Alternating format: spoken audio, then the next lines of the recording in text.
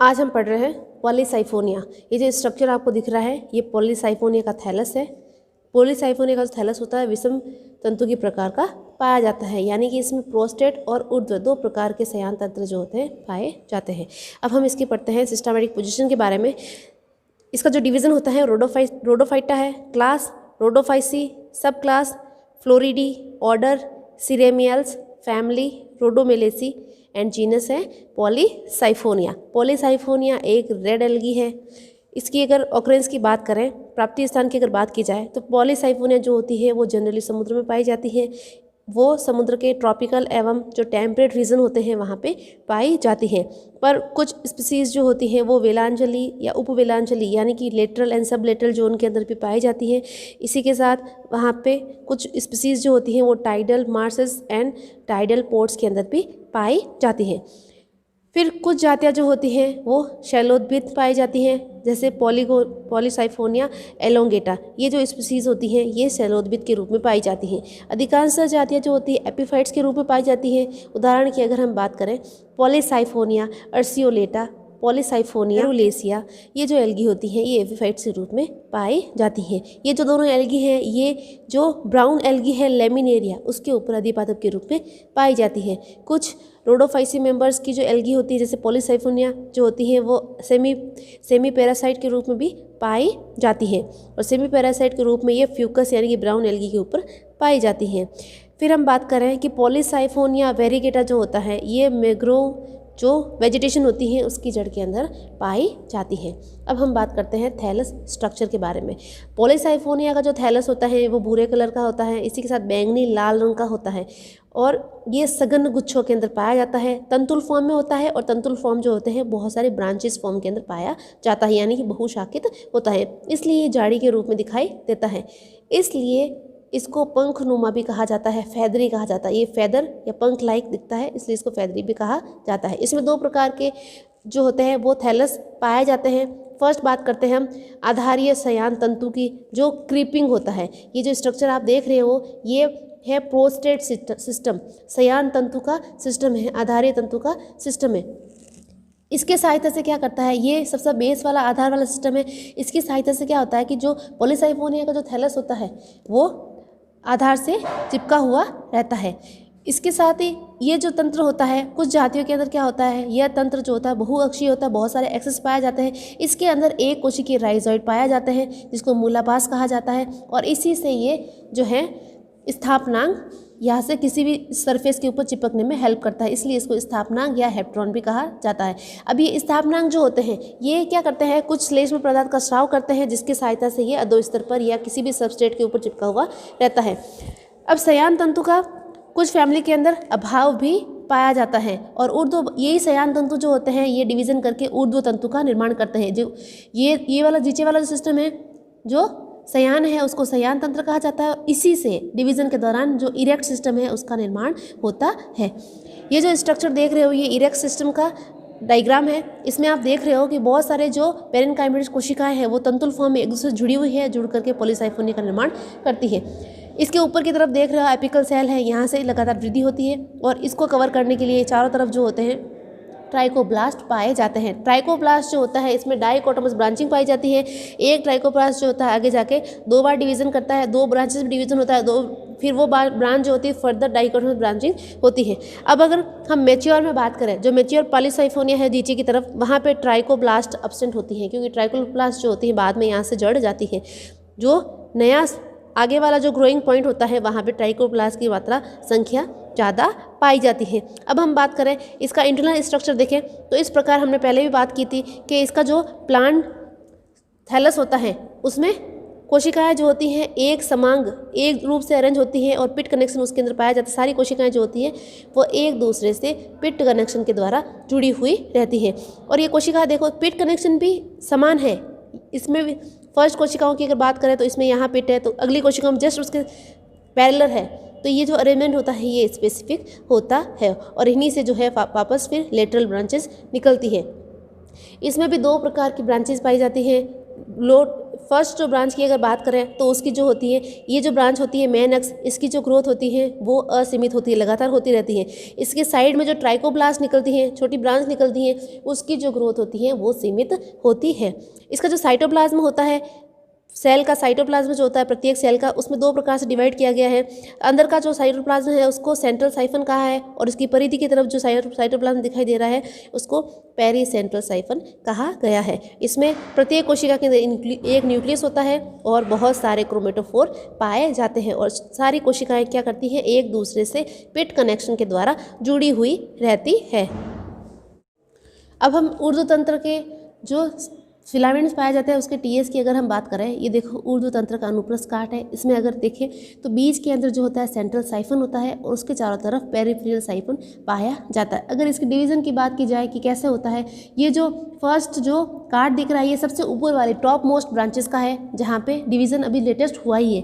क्या होता है, एक सेंट्रल कोशिका होती है, सेंट्रल कोशिका में क्या होता है, चारों तरफ जो होता है डिवीज़न होता है। इस वजह से बहुत सारी जो है पेरी सेंट्रल साइफन का निर्माण हो जाता है, और इनके अंदर वापस फिर डिवीज़न होता है। इस वजह से जो होते हैं पेरी सेंट्रल साइफन कोशिकाएं जो होती है ये नंबर में फिक्स होती है, ये नंबर में क्या होती है, फिक्स होती है। फिर क्या होता है कि ये जो पेरी सेंट्रल साइफन कोशिका है इसके अंदर फिर से डिवीज़न होता है, और इस प्रकार जो होता है, अगर इसके आधारीय भाग का टीएस हम देखेंगे, पॉलीसाइफोनिया के पेज का अगर हम टीएस काट के देखते हैं तो उसका टीएस इस प्रकार दिखाई देता है, जिसमें सेंटर के अंदर तो एक कोशिका होती है, उसके चारों तरफ जो होती है पेरी सेंट्रल साइफन पाया जाता है। और पेरी सेंट्रल साइफन जो होती है कोशिका, इस कोशिका में लगातार डिवीज़न होता है। इस वजह से यहाँ पेरी सेंट्रल साइफन कोशिका जो होती है वो 3 रो के अंदर पाई जा रही है, और सबसे बाहर की तरफ जो है वो कॉर्टिकल सेल्स पाई जाती है।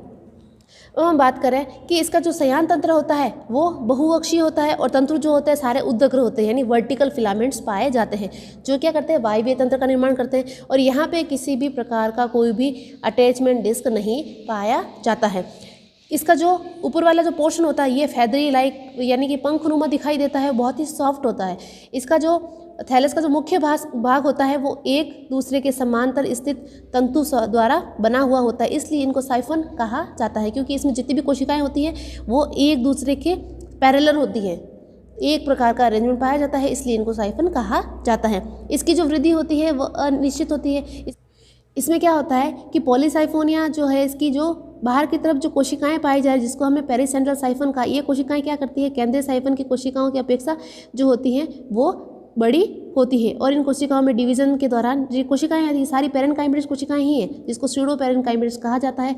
और ये कोशिकाएं जो होती हैं एक दूसरे से पिट कनेक्शन द्वारा जुड़ी हुई रहती है, और पेरीसेंट्रल साइफन कोशिकाएं जो होती है इसमें डिवीज़न के दौरान जो होते हैं इसकी नंबर और संख्या में जो है वो वृद्धि होती है। इस वजह क्या होता है, इसके कारण क्या होता है कि सेंट्रल कोशिकाएं जो होती है, सेंट्रल साइफन जो होता है इसके चारों तरफ पेरिफेरल साइफन जो होती है 1 2 3 4 रो के अंदर अरेंजमेंट हो जाती है। जो मुख्य अक्ष होता है इस पर 2 प्रकार की लेटरल ब्रांचेस निकलती हैं। इसमें फर्स्ट बात करते हैं लघु शाखाएं, और सेकंड है दीर्घ शाखाएं। अगर हम लघु शाखाएं की बात की जाए कि जो लघु शाखाएं होती है उसी को हम ट्राइकोब्लास्ट कहा जाता है, और ट्राइकोब्लास्ट होती है वो सीमित वृद्धि की शाखाएं होती है, छोटी साइफनी फॉर्म होती हैं जिनको ट्राइकोब्लास्ट कहा जाता है, और ट्राइकोब्लास्ट होती है वो द्विभाजी शाखा उसमें पाया जाता है। इसका जो कलर होता है वो बाकी थैलस से थोड़ा लाइट होता है। क्यों होता है, क्योंकि यहाँ पे जो पिगमेंट्स होते हैं वो कम मात्रा में पाया जाता है, और जैसे थैलस वृद्धि करता है वैसे वैसे निचले वाले भाग के जो ट्राइकोप्लास्ट है वो झड़ते रहते हैं। और ट्राइकोब्लास्ट जो होते हैं फर्टाइल और स्टेराइल 2 प्रकार के होते हैं, यानी कि ट्राइकोब्लास्ट के ऊपर जननांग पाए जाएंगे। फिर हम बात करें दीर्घ पार्श्व शाखा की। जो दीर्घ पार्श्व शाखा होती है उसमें क्या होता है कि उसमें ट्राइकोब्लास्ट नहीं पाया जाता है, और उसके अगर बात की जाए इसकी वृद्धि जो होती है असीमित होती है, और इसके अंदर जो असीमित वृद्धि होती है उसकी शाखा उस पर जननांगों का निर्माण नहीं होता है, जो मेन एक्सिस के समान ही होती है। अब हम बात करते हैं सेल स्ट्रक्चर। कोशिका संरचना की अगर हम बात करें कि जो पॉलीसाइफोनिया की जो कोशिकाएं होती हैं वो बेलनाकार होती हैं, इलोंगेटेड होती हैं और दीर्घित होती हैं, और प्रत्येक कोशिका जो होती है इसके बाहर की तरफ दो कोशिका या दो स्तर का भित्ति पाई जाती है। सबसे बाहर की तरफ जो भित्ति होती है वो पेक्टिन की बनी हुई होती है और अंदर वाली जो सेल वॉल होती है वो सेलुलोज की बनी होती है। और इन दोनों के मध्य अगर बात की जाए कि इसके सेंट्रल की बात की जाए तो सेंट्रल के अंदर जो होती हैं वो सेंट्रल वैक्यूल पाई जाती है और इसके अंदर किसी प्रकार कोई जीवद्रव्य नहीं होता है। और इसके बाहर की अगर बात की जाए कि सेंट्रल कोशिका के बाहर की तरफ ये जो आपको दिखाई दे रहा है ये कहलाता है कि यहाँ पे जीव द्रव्य पाया जाता है और जीव द्रव्य जो होता है ये परिधि की तरफ अरेंज रहता है। और इसके अंदर एक न्यूक्लियस पाया जाता है प्रत्येक कोशिका के अंदर। और ये जो ब्लैक कलर के ज़्यादा डार्क डॉट दिखाई दे रहे हैं ये है क्रोमेटोफोर। इसमें जो क्रोमेटोफोर पाए जाते हैं वो असंख्य होते हैं और इसका जो संरचना की अगर बात करें तो ये डिस्कॉइड फॉर्म में पाए जाते हैं। क्रोमेटोफोर के अंदर पायरिनॉइड नहीं पाया जाता। फिर हम बात करें अगर ट्राइकोप्लास्ट की कोशिका की बात की जाए तो ट्राइकोप्लास्ट की कोशिकाएं हमने पहले ही कहा कि वो थोड़ा कलर में ट्रांसपेरेंट होती हैं, तो वहाँ पे वर्णक जो होते हैं अनुपस्थित होते हैं या फिर बहुत कम मात्रा में पाए जाते हैं। वर्णक की अगर यहाँ बात की जाए तो इसमें मुख्य वर्णक होता है chlorophyll a, chlorophyll d, alpha beta carotene, xanthophyll, R phycocyanin, R phycoerythrin ये पाए जाते हैं। इसी के साथ यहाँ पे ब्रोमीन भी जो है पाया जाता है। अगर हम रिजर्व फूड मटेरियल की बात करें तो रिजर्व फूड मटेरियल के यहाँ पे फ्लोरिडियन स्टार्च पाया जाता है और ये जितनी भी कोशिकाएं होती हैं ये ऊपर से और लिटरल से पिट कनेक्शन के द्वारा आपस में जुड़ी हुई रहती है। अब हम बात करें वृद्धि की कि जो पॉलीसाइफोनिया का थैलस होता है उसकी जो वृद्धि होती है वो गुम्बदाकार शीर्ष कोशिका से होती है जिसको हमने एपिकल कोशिका कहा है। और उन कोशिकाओं में क्या होता है कि अनुप्रस्थ विभाजन होता है, इस वजह से बहुत सारी सेंट्रल कोशिका का निर्माण होता है और सेंट्रल कोशिकाओं में फिर जो है वो वर्टिकल डिवीजन होता है जिससे पेरीसेंट्रल कोशिकाओं का निर्माण हो जाता है। इस प्रकार जो पॉलीसाइफोनिया का जो थैलस होता है वो बहुसाइफनी संरचना का निर्माण कर देता है। सेंट्रल के अंदर क्या बनता है, सेंट्रल साइफन बनता है और परिधि की तरफ बनता है परिधीय साइफन। रिप्रोडक्शन से पहले हम अल्टरेशन ऑफ जनरेशन का डिस्कस कर लेते हैं ताकि अपन को पता चलेगा हमें किस तरफ जाना है। ठीक है, तो हम बात करते हैं अल्टरनेशन ऑफ जनरेशन की बात करते हैं। इसमें अगर उससे पहले हम बात कर लेते हैं कि अल्टरनेशन ऑफ जनरेशन से पहले इसमें जो लैंगिक जनन पाया जाता है वो क्या होता है कि वो अलग अलग थैलस के ऊपर होता है, तो उसको एक लिंगाश्रयी या डायोसियस कहा जाता है। यानी कि ये पादप जो होता है वो हेट्रोथैलिक फॉर्म के अंदर पाया जाता है। अब हम बात करते हैं कि हेट्रोथैलिक फॉर्म के अंदर है तो इसका मतलब मेल गैमेटोफाइट, यहाँ से हम शुरुआत करेंगे। जो मेल गैमेटोफाइट होता है वो अलग थैलस पे रहेगा और फीमेल गैमेटोफाइट जो होता है वो अलग थैलस के ऊपर रहेगा। यहाँ से जो मेल गैमेटोफाइट है इसका निर्माण होगा। मेल गैमेटोफाइट के ऊपर क्या होता है, स्पर्मेटेंजिया का निर्माण होता है और स्पर्मेटेंजिया के अंदर स्पर्मेटिया होता है, स्पर्मेटिया का निर्माण होता है। फिर हम बात करें फीमेल गैमेटोफाइट की। जो फीमेल गैमेटोफाइट है इसके ऊपर कार्पोगोनिया का निर्माण होता है और कार्पोगोनिया के अंदर एग का निर्माण होता है। और जो एग है और ये स्पर्मेटिया है, इन दोनों के फ्यूजन से या फर्टिलाइजेशन की प्रोसेस होती है और इससे जाइगोट का निर्माण होता है। क्योंकि ये थैलस जो है वो गैमेटोफाइट जो है वो एन है, हैप्लॉइड है, तो इससे जाइगोट जब बनेगा तो इन दोनों से फ्यूजन के दौरान जो जाइगोट है वो 2n का निर्माण होगा। फिर जाइगोट का जर्मिनेशन होता है जिसको गोनिमोब्लास्ट फिलामेंट कहा जाता है। जर्मिनेशन के दौरान गोनिमोब्लास्ट फिलामेंट बनता है। गोनिमोब्लास्ट फिलामेंट जो होता है इससे क्या होता है, कार्पोस्पोरोफाइट का निर्माण होता है। और कार्पोस्पोरोफाइट जो होता है उसके अंदर कार्पोस्पोरेंजिया बनता है। कार्पोस्पोरेंजिया के अंदर कार्पोस्पोर का निर्माण होता है और कार्पोस्पोर यहाँ से निकल करके फिर इसका जर्मिनेशन होता है जिससे पॉलीसाइफोनिया का निर्माण होता है। और यहाँ जो पॉलीसाइफोनिया बनता है ये अभी तक जो है डिप्लॉइड फॉर्म में रहता है, यानी 2n की फॉर्म में रहता है। फिर जो 2n पॉलीसाइफोनिया है ये यहाँ से क्या होता है, ये इसका स्पोरोफाइट है और इससे क्या होता है, टेट्रास्पोर का निर्माण होता है। और जो टेट्रास्पोर होता है यहाँ पे जो होता है मियोसिस डिवीजन होता है, अर्धसूत्री विभाजन होता है, जिससे क्या होता है एक टेट्रोस्पोरेंजिया के अंदर 4 टेट्रास्पोर का निर्माण होता है और 4 टेट्रास्पोर के अंदर 2 जो टेट्रास्पोर होते हैं वो फीमेल गैमेटोफाइट का निर्माण करते हैं और बचे हुए दो जो टेट्रास्पोर होते हैं वो मेल गैमेटोफाइट का निर्माण होता है। इसके अंदर जो होता है सेक्सुअल एंड एसेक्सुअल जो रिप्रोडक्शन है दोनों साथ में ही एक ही साइकिल के अंदर दर्शाए गए हैं। इसका हम रिप्रोडक्शन पे पढ़ेंगे तो हम 3 चक्र के अंदर इसका रिप्रोडक्शन पढ़ेंगे। फर्स्ट पढ़ेंगे गैमेटोफाइट, ये जो मेल एंड फीमेल गेमेटोफाइट है यहाँ से स्टार्ट करेंगे। फर्स्ट स्टेज यहाँ से जो हम पढ़ेंगे युग्मोद्भिद अवस्था या फिर गेमेटोफाइट पढ़ेंगे, और इसके बाद में हम पढ़ेंगे कॉर्पो बीजाणुद्भिद, ये जो स्ट्रक्चर है यहाँ वाला कॉर्पो बीजाणुद्भिद स्टेज पढ़ेंगे, और उसके बाद हम पढ़ेंगे चतुस्क बीजाणुद्भिद, ये वाला जो यहाँ बन रहा है चतुस्क बीजाणु टेट्रास्पोरेंजिया टेट्रास्पोर, ये पढ़ेंगे। उससे पहले हम बात करें जो युग्मोद्भिद होता है ये क्या होता है, ये अगुणित होता है और ये क्या करता है, ये लैंगिक चक्र में भाग लेता है। इसी के साथ जो नर युग्मोद्भिद होता है वो पाया जाता है स्पर्मेटेंजिया, और उसके अंदर जो होता है वो स्पर्मेटिया बनता है। अगर मादा युग्मोद्भिद की अगर हम बात करें तो मादा युग्मोद्भिद जो होता है वो कार्पोगोनिया बनता है, और कार्पोगोनिया के अंदर एग का निर्माण होता है। इसके बाद हम बात करें कि जो कॉर्पो बीजाणुद्भिद होता है, जो कॉर्पो बीजाणुद्भिद होता है ये जो इसका थैलस होता है वो 2n होता है, और ये भी जो होता है लैंगिक जनन के अंदर पार्टिसिपेट करता है, और इससे जाइगोट का निर्माण होता है। इसका जो निर्माण है वो जाइगोट से होता है, जाइगोट से इसका निर्माण होता है।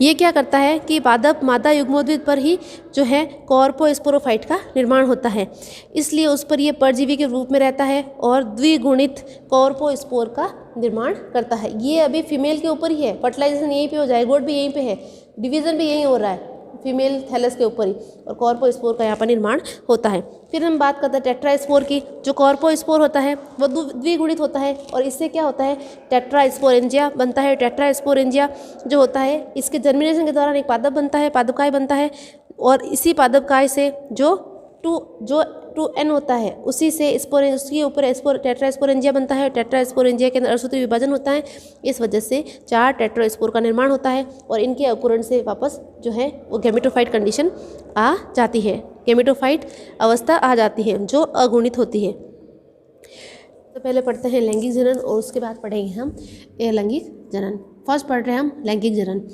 लैंगिक जनन पहले क्यों पढ़ रहे हैं, क्योंकि अपने जो अल्टरनेशन ऑफ जनरेशन देखा है तो वो हमने लैंगिक जनन से ही शुरुआत किया था। उसके बाद जो टेट्रास्पोर बनता है वो अलैंगिक जनन के अंदर हम पढ़ेंगे। हम लैंगिक जनन के अंदर बात करें तो पॉलीसाइफोनिया का जो लैंगिक जनन होता है वो ओगेमस टाइप का होता है, और ये हेट्रोथेलिक होता है, यानी कि ये डायोसिस फॉर्म में होता है। मेल और फीमेल जो जननांग होते हैं वो अलग अलग गेमेटोफाइट के ऊपर पाया जाता है। गेमेटोफाइट जो होता है ये प्लांट होता है, अलग अलग पॉलीसाइफोनिया के पादप के ऊपर पाया जाता है। फर्स्ट हम बात करते हैं नर जननांग की, मेल रिप्रोडक्टिव ऑर्गन की बात करते हैं। जो नर जननांग होता है वो एंथ्रीडियम कहलाता है, या फिर इसको स्पर्मेटेंजिया भी कहते हैं। जो नर युग्मोद्भिद होता है उसके शीर्ष पर जो ट्राइकोप्लास्ट होता है, हमने कहा था जो ट्राइकोप्लास्ट होती हैं कोशिकाएं जो द्वाइकोटोमस ब्रांचिंग होती है, ये कोशिकाएं क्या करती हैं, ये जो कोशिकाएं होती हैं लिमिटेड ग्रोथ की होती है, और इन कोशिकाओं के ऊपर जननांगों का निर्माण होता है।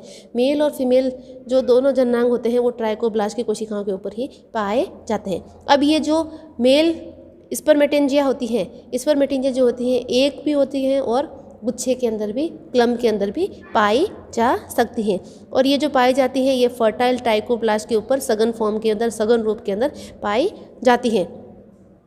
अगर हम बात करें कि कुछ प्रजातियां जैसे पॉलीसाइफोनिया लेनोसा, इसके अंदर जो ट्राइकोब्लास्ट होता है, इनकी जो दोनों शाखाएं होती हैं जो डाइकोटोमस ब्रांचिंग होती हैं उनके ऊपर पूधानियाँ पाई जाती हैं, उसके ऊपर पूधानियाँ पाई जाती हैं। इसके अलावा अगर कुछ जातियों में देखा जाए कि एक शाखा पर एक ही पूधानी पाई जाती है, और कुछ के अंदर बहुत सारी पूधानियाँ एक साथ एक ही ब्रांच के ऊपर पाई जाती हैं।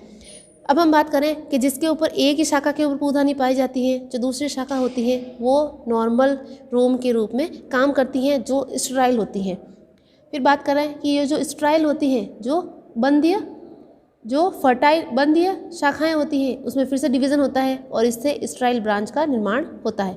फिर बात करें कि पूधानी की जो शाखाएं होती हैं उसके ऊपर वो जो शाखा होती है वो अब्रांची रहती है, और उसके अलावा जो ट्राइकोब्लास्ट होती हैं उसके ऊपर शाखाएं पाई जाती हैं, और ये पूधानी सफ़ेद हल्के पीले रंग का होता है।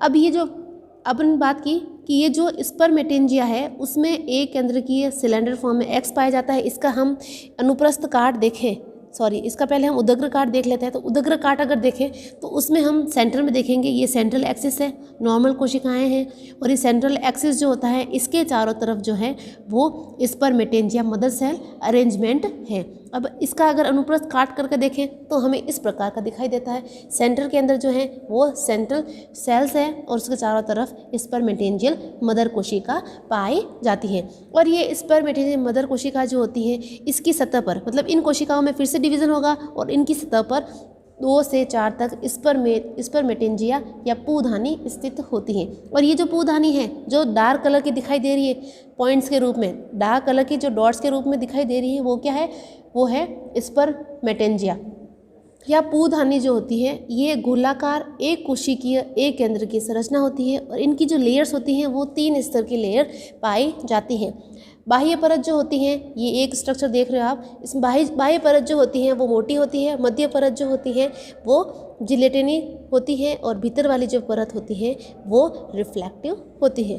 अब पूधानी का इसमें क्या होता है कि एक केंद्रक होता है और इसमें थोड़ा सा जीवद्रव्य पाया जाता है और ये कायांतरण के दौरान पुंगणु का निर्माण होता है। यहाँ पे हो रहा है लिबरेशन ऑफ स्पर्मेटियम, यहाँ पे पुंगणु का जो है वो विमुक्ति हो रहा है, यहाँ से ये बाहर निकल रहा है। अब ये जो पुंगणु निकल रहा है बाहर, इस पुंगणु में आप देख रहे हो कि इसमें किसी प्रकार का कोई भी फ्लैजिला नहीं पाया जा रहा है, यानी कि ये पुंगणु जो होता है वो नॉन मोटाइल होता है और ये जैसे जल के अंदर मूवमेंट होता है, जल के अंदर लहरें उठती है, उसी के साथ साथ ये बह करके जो है फीमेल ऑर्गन तक, फीमेल रिप्रोडक्टिव ऑर्गन तक पहुंच जाता है। अब बात करें कि जो ये अचल पुंगणु धानी जो होती है स्पर्मेटेंजियम तो जो होती है, इसका विकास की अगर हम बात करें तो उससे हम पहले समझ लेते हैं थोड़ा, ये बहुत ही ईजी है, थोड़ा सा दिमाग लगाने की ज़रूरत है। इसमें अगर हम बात करें कि ये समझ लो ये मेन एक्सिस है, मेन एक्सिस के अंदर क्या हो जाएगा, डिवीज़न होगा। मेन एक्सिस के अंदर डिवीज़न होगा, कौन सा डिवीज़न होगा, मेन एक्सिस के अंदर जो डिवीज़न होगा वो परिणति विभाजन होगा, जिससे क्या होता है बीच के अंदर सेंट्रल वाली कोशिका रह जाएगी और इन कोशिकाओं के चारों तरफ, इन कोशिकाओं के चारों तरफ जो है वो परिधीय कोशिकाएं अरेंज हो जाएगी और ये परिधीय कोशिकाएं हैं, इसके अंदर फिर अपनतिक विभाजन हो जाएगा पेरीसेंट्रल कोशिकाओं के अंदर और एक से अधिक बार अपनतिक विभाजन होगा, जिसके दौरान क्या होगा, ये चारों तरफ छोटे छोटे पैचेस के अंदर कोशिकाएं अरेंज हो जाएगी।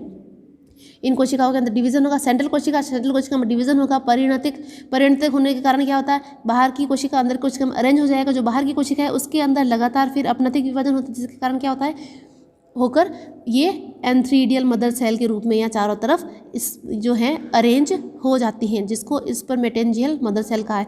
अब ये स्पर्मेटेंजियल मदर सेल होती है, इसके अंदर फिर से अपनतिक विभाजन होता है 2 से 4। इस वजह से क्या होता है 2 से 4 तक स्पर्मेटेंजिया जो होती है वो चारों तरफ अरेंज हो जाती हैं। और जो ये पूधानियाँ जो होती हैं जिनका भी निर्माण हुआ है, ये जो पूधानियाँ होती हैं, प्रत्येक पूधानी के जो अंदर कोशिका द्रव्य होता है उसके कायांतरण के दौरान जो है स्पर्मेटियम या पुंगणु का निर्माण होता है। अब हम बात करते हैं फीमेल रिप्रोडक्टिव ऑर्गन की। पॉलीसाइफोनी के अंदर जो फीमेल रिप्रोडक्टिव ऑर्गन जो होता है उसको कार्पोगोनियम कहा जाता है। इसका जो डेवलपमेंट होता है वो बिल्कुल जो हमने मेल रिप्रोडक्टिव ऑर्गन का डेवलपमेंट पढ़ा बिल्कुल उसके जैसा ही होता है और इसका भी जो निर्माण है वो लघु शाखाओं पर यानी फर्टाइल ट्राइकोप्लास्ट के ऊपर पाया जाता है।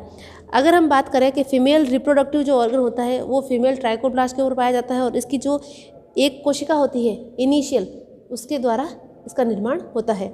इसको कहा जाता है इनिशियल या प्रारंभिक कोशिका कहा जाता है।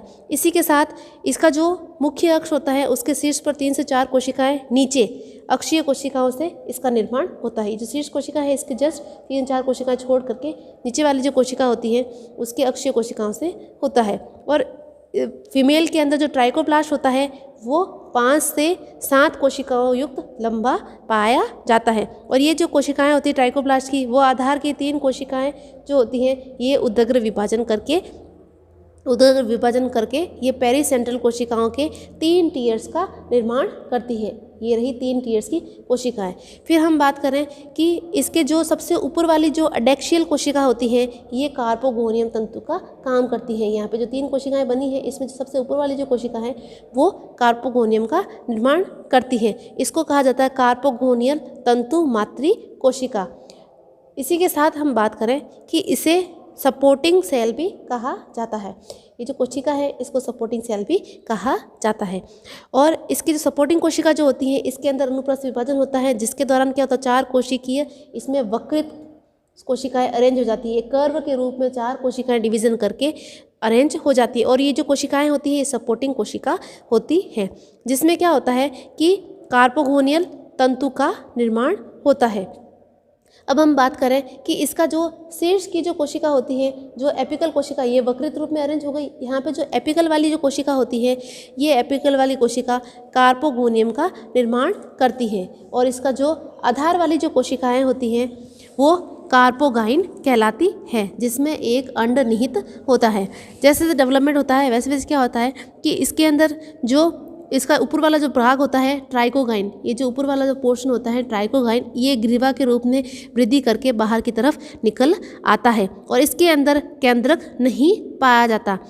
जैसे जैसे परिवर्तन होता है उसके साथ साथ जो सपोर्टिंग कोशिका थी वो आधार से पार्श्व की तरफ खिसक जाती है। ये जो आधार थी उससे पार्श्व की तरफ जो है वो खिसक जाती है। और इससे क्या होता है कि जब ये पार्श्व की तरफ खिसक जाती हैं तो यहाँ पे ये बंधीय कोशिकाओं का निर्माण करती हैं। और जो बंधीय कोशिकाएं होती हैं ये बेसल बंधीय कोशिकाएं, यानी बेस के अंदर जो स्ट्राइल कोशिका उसका निर्माण करेगी। उसी के साथ जो लेटरल होती है स्ट्राइल फिलामेंट, उसका भी यहाँ पे निर्माण करती है।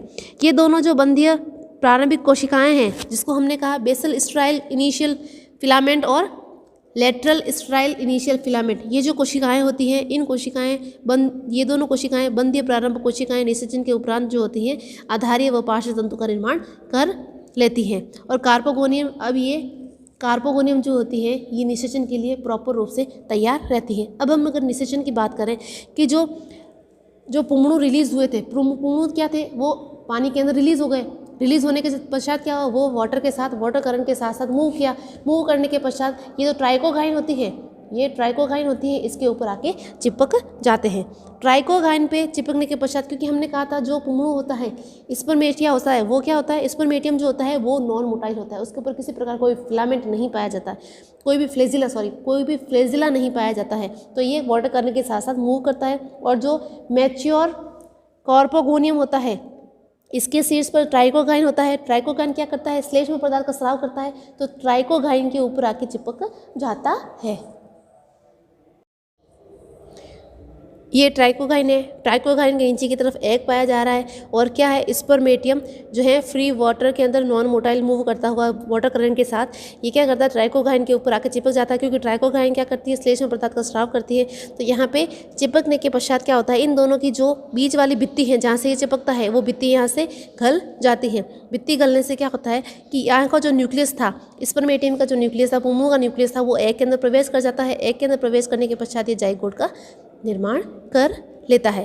पोस्ट फर्टिलाइजेशन चेंजेस, यानी कि निषेचन के बाद में क्या क्या चेंजेस आते हैं।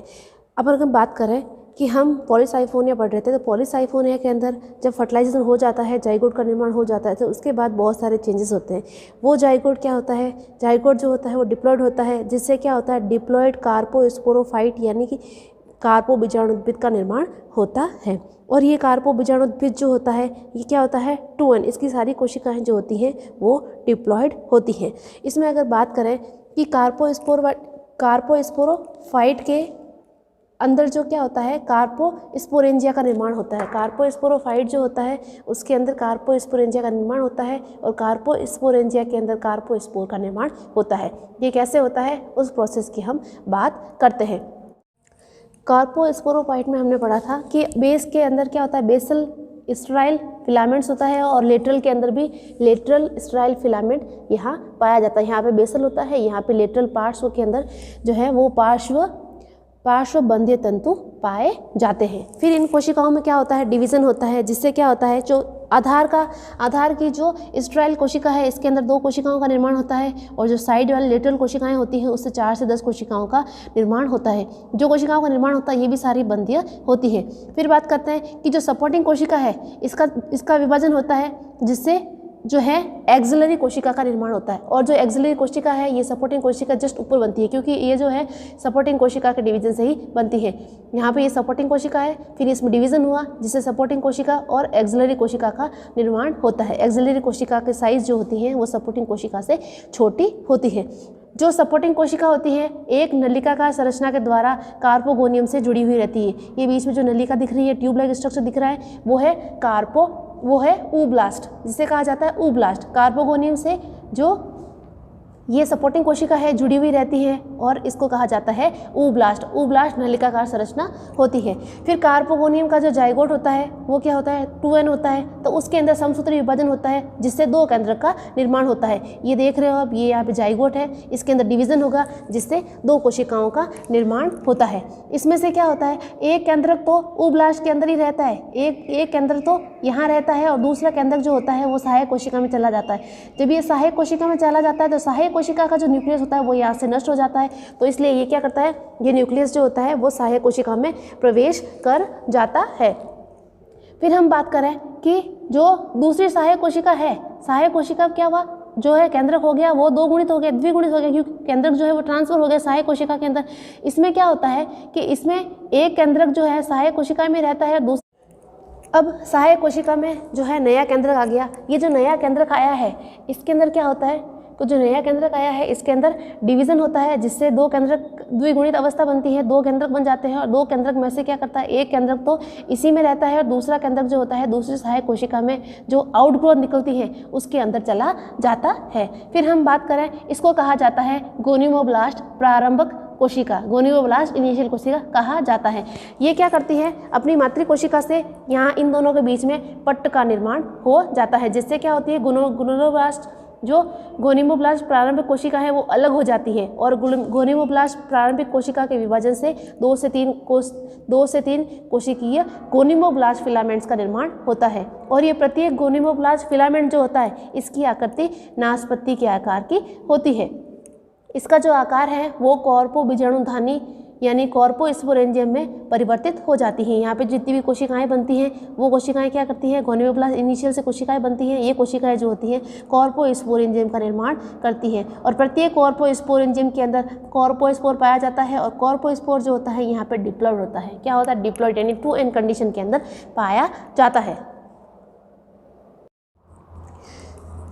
सपोर्टिंग कोशिका के चारों तरफ की जो कोशिकाएं होती हैं, सपोर्टिंग कोशिका इसके चारों तरफ के नीचे वाली जो कोशिकाएं होती हैं ये विभाजन करके पेरिफ्रियल कोशिकाओं का निर्माण करती हैं जिसको पेरिकार्प कहा जाता है। इस कोशिकाओं में लगातार डिवीजन होता है, इस वजह से ये क्या करती है, ये कार्पोस्पोरेंजियम को कवर करने का काम करती है।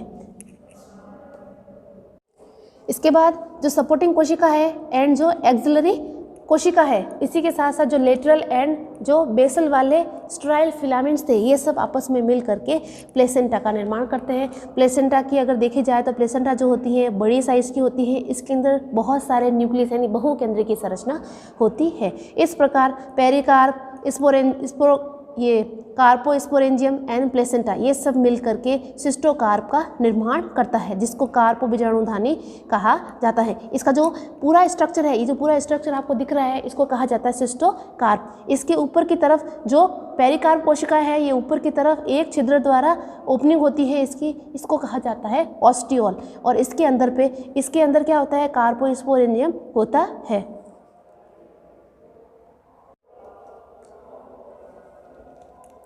ये जो सिस्टोकार्प है, सिस्टोकार्प के अंदर जो कार्पोस्पोर है वो प्लेसेंटा के द्वारा कार्पोस्पोरेंजियम के अंदर रहता है। फिर हम बात करें कि यहाँ पे जो कार्पोस्पोर है यहाँ से ये निकल करके बाहर आ जाता है, बाहर आके पानी के अंदर फ्रीली मूव करता है। अब हम बात करते हैं कार्पोस्पोरोफाइट। जो कार्पोस्पोर है, ये कार्पोस्पोर क्या है, 2n है जो सिस्टोकार्प के अंदर पाया जा रहा है और सिस्टोकार्प जो है वो सिस्टोकार्पोफाइट का निर्माण करता है जिसको कार्पो बीजाणुद्भिद कहा जाता है। ये क्या करता है कि ये सारा जो प्रोसेस है ये फीमेल युग्मोद्भिद के ऊपर रहता है, तो इसलिए ये फीमेल युग्मोद्भिद का परजीवी है। ये क्या पाया जाता है, ये फीमेल युग्मोद्भिद के ऊपर पाया जा रहा है, इसलिए ये फीमेल युग्मोद्भिद का परजीवी होता है। इसमें जो कोशिका है ये कार्पोस्पोर बन रहा है, ये कार्पोस्पोर जो है वो 2n होता है। इसके ऊपर अगर बात की जाए कि जो कार्पोस्पोर होता है वो कुंभाकार आकृति का संरचना होती है और इसकी 2 परतों से ये बना हुआ रहता है। दोनों परतें जो होती हैं पेरिकार्प ये बंधीय होती है और ऑस्टियोल के द्वारा ये बाहर की तरफ निकल आती है। जब सिस्टोकार्प मैच्योर हो जाता है तो इसमें बीजाणुधानी फट जाती है और कार्पोस्पोर जो होते हैं यहाँ से मुक्त हो जाते हैं। ऑस्टियोल के द्वारा ये बाहर आ जाते हैं, बाहर आके समुद्र के अंदर फ्रीली तैरने लगते हैं और ये फ्रीली तैरने के पश्चात क्या होता है कि जैसे जैसे लहरें आती है वैसे वैसे वेव के साथ साथ ये तैरते हैं और किसी भी स्थान से चिपक जाते हैं। चिपकने के पश्चात क्या होता है, अपने चारों तरफ ये भित्ति स्रावित कर लेते हैं। भित्ति स्रावित करने की वजह से इसमें अगर भित्ति स्रावित कर लेते हैं और कुछ चिपचिपा पदार्थ स्राव करते हैं, इस वजह से ये सबस्ट्रेशन से जुड़ जाते हैं। इसके बाद इसमें डिवीजन स्टार्ट होता है। इसमें डिवीजन की अगर बात करें कि इसमें अनुप्रस्थ डिवीजन होता है, जिससे दो असमान कोशिकाओं में विभाजन हो जाता है। ऊपर वाली कोशिका जो होती है बड़ी होती है, जिसको एपिकल कोशिका कहा जाता है। नीचे वाली जो कोशिका है वो राइजोइडल कोशिका कहलाती है, जो छोटे आकार की होती है। इन दोनों कोशिकाओं में लगातार फिर विभाजन होता है। विभाजन होने से यहाँ पे सबसे पहले 4 कोशिका की कंडीशन बनती है। 4 कोशिका रेखीय क्रम में व्यवस्थित होती है, जो चतुष्क कहलाती है। ये सब रेखीय क्रम में व्यवस्थित होते हैं। इसकी जो एपिकल कोशिका, इसमें लगातार वृद्धि होती है, इसमें लगातार डिवीजन होता है, और जो राइजोइडल कोशिका है, इससे राइजोइड का निर्माण होता है। राइजोइडल कोशिका जो होती है ये इसके आधार भाग की तरफ होती है। शीर्ष भाग की अगर बात की जाए तो शीर्ष भाग के तंतु पाया जा रहा है। एपिकल कोशिका है, ये तंतु की आकृति बढ़ाने में या तंतु की वृद्धि करने में उत्तरदायी होती है। फिर हम बात करें कि इससे क्या होता है, लगातार डिवीजन होता है, जिससे क्या होता है, बहुसाइफनी ब्रांच्ड तंतु थैलस का निर्माण होता है, पॉलीसाइफोनिया का। और इसके बाद अब शुरुआत होती है एसेक्सुअल रिप्रोडक्शन की, अलैंगिक जनन की। यहाँ से निर्माण होता है। क्या होता है कि ये जो इससे जो प्लांट बनता है, जिसको क्या कहा जाता है, कॉर्पोस्पोरोफाइट। क्या बोला जाता है, कॉर्पोस्पोरोफाइट, या कहा जाता है सिस्टोकार्पिक पादप। ये दो इसके नाम है। सिस्टोकार्पिक पादप भी कहा जा सकता है, या फिर ये कॉर्पोस्पोरोफाइट प्लांट्स भी कहा जाता है। ये जो प्लांट होता है, जब इसका निर्माण हो जाता है तो इसके ऊपर ही अलैंगिक जनन बनता है। क्या होता है, अलैंगिक जनन। अलैंगिक जनन जो होता है पॉलीसाइफोनिया के अंदर, वो टेट्रास्पोर के अंदर होता है। टेट्रास्पोर जो होता है ये टेट्रास्पोरेंजियम के अंदर पाया जाता है, और टेट्रास्पोरेंजियम जो पाया जाता है वो टेट्रास्पोरोफाइट के ऊपर पाया जाता है। टेट्रास्पोरोफाइट जो होता है एक प्लांट होता है। ये जो आप स्ट्रक्चर देख रहे हो, ये जो स्ट्रक्चर है ये टेट्रास्पोरोफाइट का है, और इसके अंदर टेट्रास्पोरेंजियम पाया जाता है। टेट्रास्पोरेंजियम के अंदर टेट्रास्पोर लगता है। ये जो टेट्रास्पोर दिख रहे हैं, जो 3 कोशिकाएं दिख रही हैं आपको, एक कोशिका जो है इसके पीछे की तरफ है, ये टेट्रास्पोर है। टेट्रास्पोर जिसके अंदर पाया जाता है वो टेट्रास्पोरेंजियम है, और जो प्लांट है वो टेट्रास्पोरोफाइट कहलाता है। इसका जो निर्माण है ये किससे होता है, इसका जो निर्माण है वो सिस्टोकार्प से होता है।